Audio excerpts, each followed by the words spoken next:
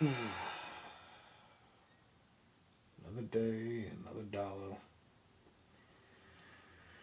Another new year.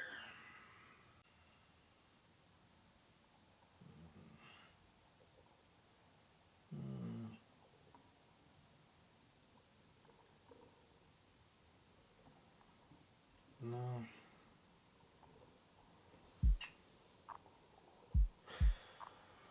Might as well just get up.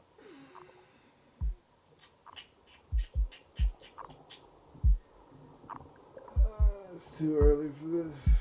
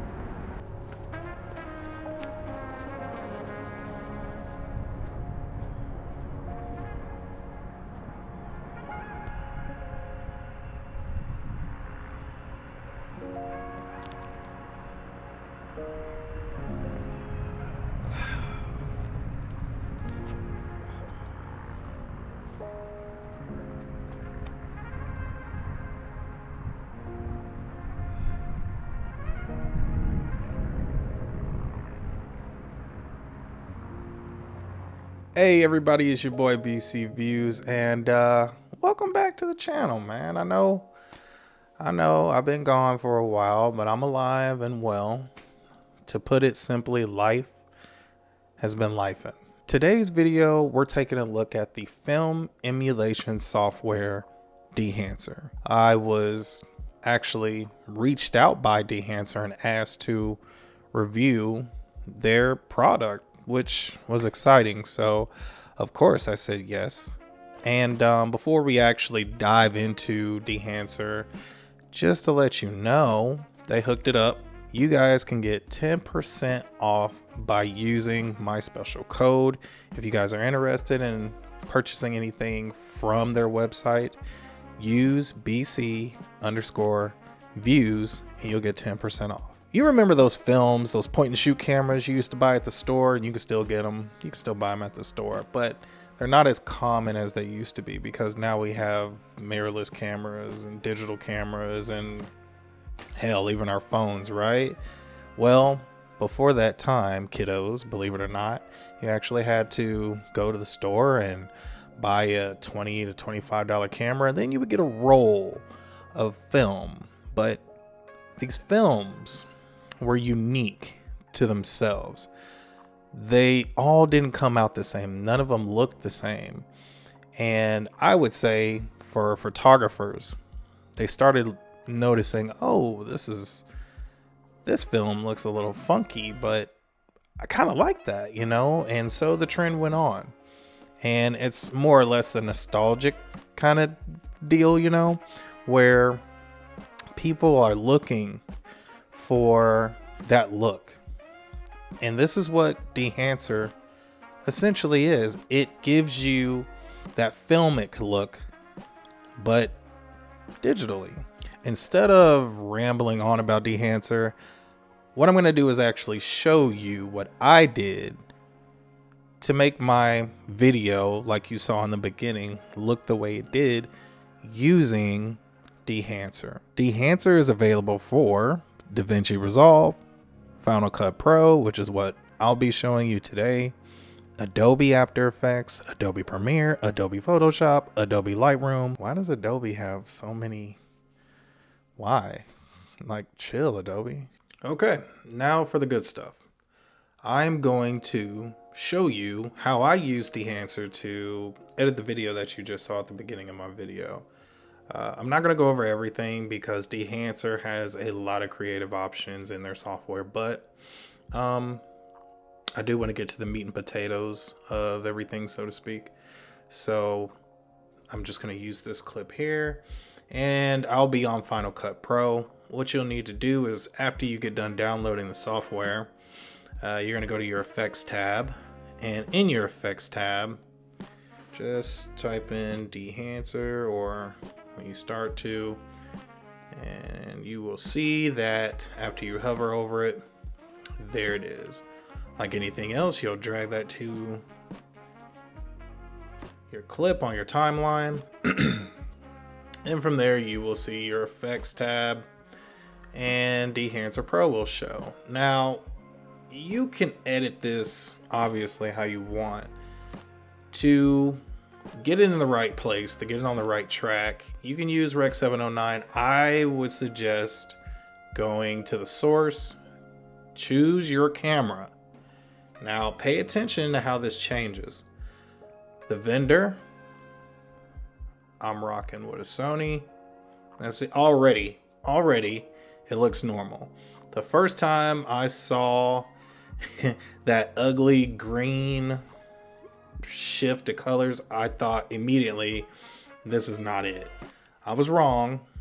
Just choose your camera, go to your camera. Now you can experiment with what camera you want. Doesn't matter which one. They're all gonna look different. But again, go with the camera that you're using. That looks kind of good. Go with the camera that you're using. So I have a Sony FX3. I'm gonna go to Sony FX3, and I am in S-Log Gamma Cine. After you go to S-Log Gamma Cine, you got all that situated. Here, so there's something I've been hearing with Dehancer. A lot of people say you should probably edit your timeline before actually plugging in Dehancer. I obviously didn't do that. But again, that's creator's choice. You can do as you feel. So, how do we get that filmic look? What you're going to do is go to the next tab. So obviously, says film. And there are your options. And when I say options, you have options.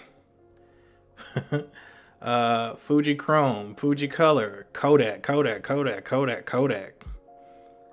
Polaroid, all types of filmic looks. Be careful with these because some of them look crazy. I mean, that's just how they looked, which I think is dope, but at the same time, they were different, you know, and they all have their unique color variation. I think they look great. I don't really have any complaints. So let me get to something that just looks a little normal. Kodak Gold 200, that was a popular one. Okay, so after that, I like to hide everything that I've done. So there's Film Developer here, where you can boost your contrast, your gamma corrections, all that good stuff. It's subtle.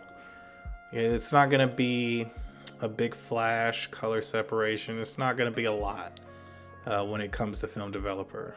I'm going to hide that. Film compression, expand. Okay. Print.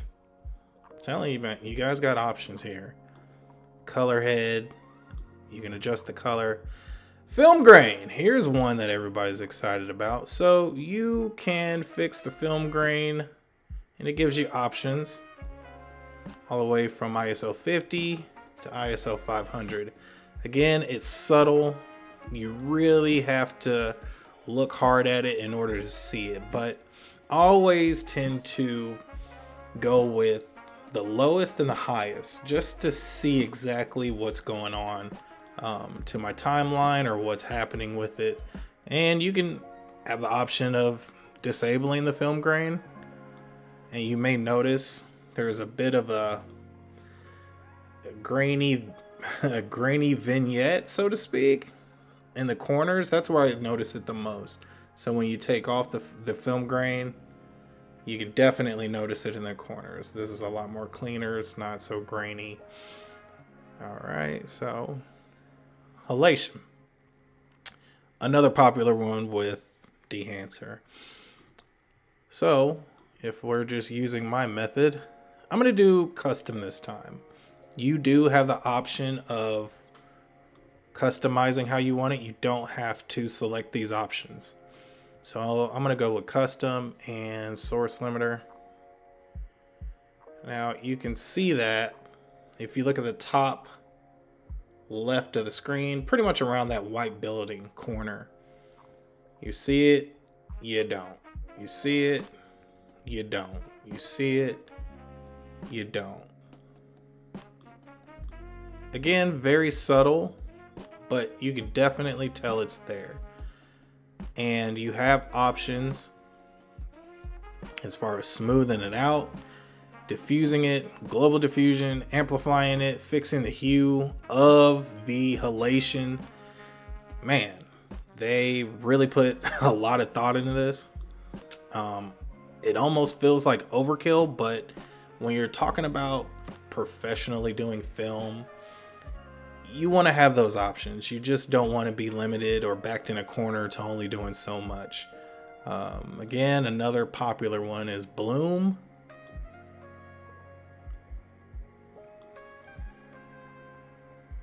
Not too noticeable. You can't really tell, but I can see it. I can definitely see it.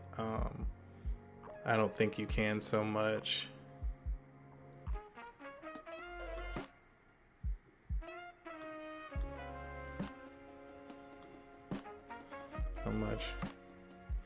Film damage. Film damage is a cool one. I like film damage. Again, we're going to use the method of just going low, which film damage, you don't see it. And when you peak it really high, dust amount, don't really see that. Let's go with scratches. Will that show up a little bit for us?